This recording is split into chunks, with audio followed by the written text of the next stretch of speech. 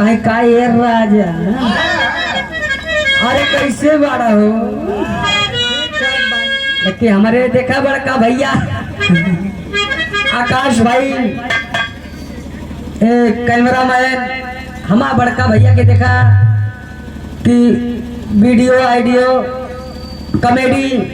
जमा सब कुछ बनेला बड़का भैया हमारे साथ दिले बाबा और भैया हमारा हमेशा रहा लेना लेकिन कह गई भाई ए बाबू की कौन सी हमी अपना दिल हवा के कहता चला सखी सहेली पूछी अरे का ये सखी आज बड़ा कहे उदास ना है सुना कि है का कलेन अरे आजा बड़े अरे बोलाई कहा गा हो मोरे राजा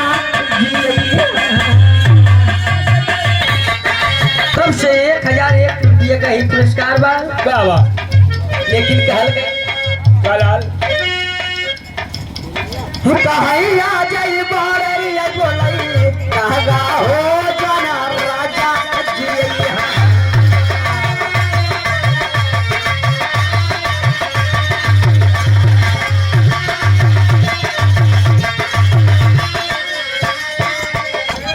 कि सुनीता पाल बाबा एक पिपरिया के धरती से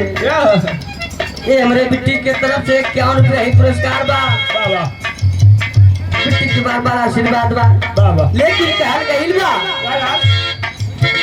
राजा जी आई मोरा दूल्हा जी आई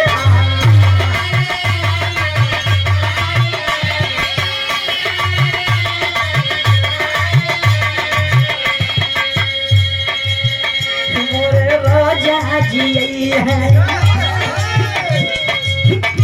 मोरे दूल्हा जी आई है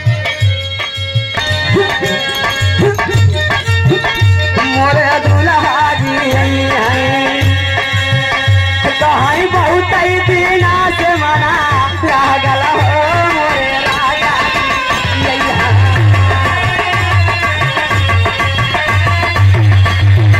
हो जाना राजा